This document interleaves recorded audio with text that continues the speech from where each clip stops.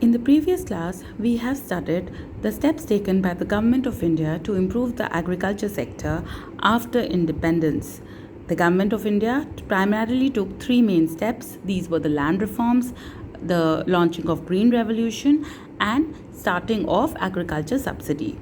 Now we are going to look at how far these steps were successful, or we are going to look at the assessment of these measures. Let's look at them one by one. First of all, we'll start with assessment of the land reforms. As you all know, the land reforms were basically launched with the purpose of attaining equity in agriculture. Let's see if they were successful. Well, if you look at them, we find that yes, land reforms did free the tenant farmers from the clutches of the zamindars. So many zamindars were abolished under the land reforms. So the tenants who were under the zamindars, they became free from the exploitation, right? And this also helped in increasing the agricultural output. Why? Because the tenant farmers, in fact, were made the owners of the land. Now, once they had the ownership of the land, they had the incentive to work hard and to improve the quality of the agricultural land. They started using modern techniques, they started using pesticides, fertilizers, etc., which increased the agricultural output. However, we find that land reforms did not achieve the goal of equity. We still find that, in villages, big zamindars still exist who own large amounts of land, and there are many farmers who are still landless farmers. Also, there were many loopholes in the land reform system. In many cases, what happened, to escape land ceiling, the zamindars, they transferred the land to their family members. Like what happened in one case was that the government allowed that every individual could own 1 acre of land. So if the zamindar had 5 acres of land, he would transfer 1 acre in his name, 1 acre to his wife's name, 2 acres in the name of his children, and sometimes land was transferred even in the name of their servants and even pets. So, the land was transferred to family members in order to escape from land ceiling.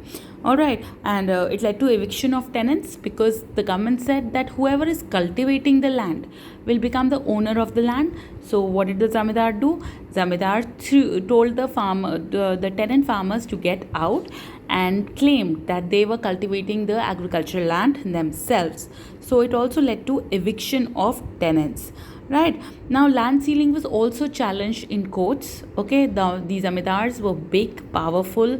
They had a lot of political influence, and they went to the court and challenged the law of land ceiling. They said that it was not right. It was their inheritance, and they could not do away with it. And the courts took an awfully long time to settle these disputes. So land ceilings were also challenged. Now, the only two states in which land reforms were successful were in the states of Kerala and West Bengal, where the government was very, very committed for the cause of land reform, where the government wanted an end to the zamindari system, and the government was very, very strict in imposing the land ceiling. So these are the only two states where it was successful. So on the whole, we find that there is a limited success which can be attributed to land reforms.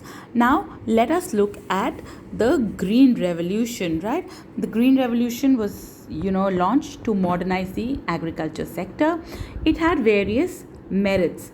Firstly, it led to increase in the market surplus. Now, what is market surplus? Market surplus is the amount of output which the farmers actually sell in the market, right?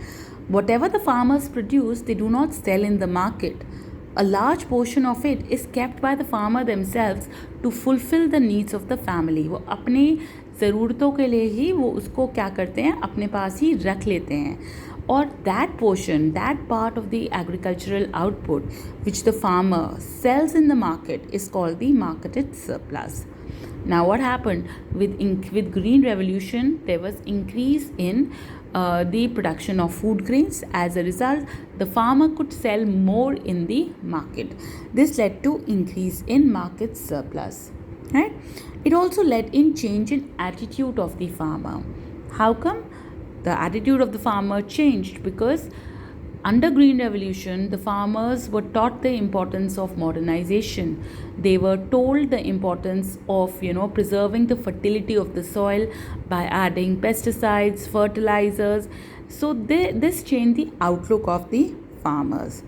It also led to increase in output because supplements like fertilizers, pesticides, insecticides were added, plus modern techniques like crop rotation, they were used, field fallow, crop rotation, mixed cropping, etc. They were used. This led to increase in agricultural output. It also enabled the government to build up buffer stocks, right? What is this buffer stock? Buffer stock is the stock which the government maintains, which is used at the time of national emergencies.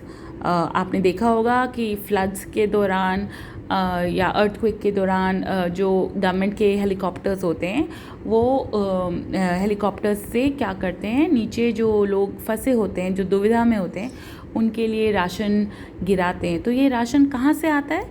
ये आता है government के buffer stock से. जो government है वो surplus agricultural output purchase कर लेती है और अपने गोडाउन्स में बफर स्टॉक की तरह रखती है, जो कि यूज़ करती है at the time of national emergency. Now the agricultural output increased. This allowed the government to buy and maintain buffer stocks. These were the merits or advantages of Green Revolution, but the Green Revolution also had a large number of disadvantages or demerits. The first demerit was that it was highly risky. Okay, there was a lot of risk involved. Now, what was this risk involved? Because the farmers were using HYV seeds, which were highly prone to pest attacks, right? So जो HYV seeds थे उनको बहुत ज़्यादा rodents, जैसे rodents का मतलब है rats, snakes वगैरह अटैक करते थे, right? So they were highly risky and many times farmer would lose his entire crop, right? Then it also led to increase in inequalities. The inequalities between the rich and the poor farmers increased. Why? Because the modern techniques, they could be easily used by the rich farmers and not by the poor farmers, because obviously the size of the land holdings were small and they could not use the modern techniques as easily as the rich farmers. Green Revolution also contributed to environmental degradation. Why? Because adding large amounts of fertilizers and pesticides under the Green Revolution added to soil contamination and even water pollution. So these were the demerits of Green Revolution.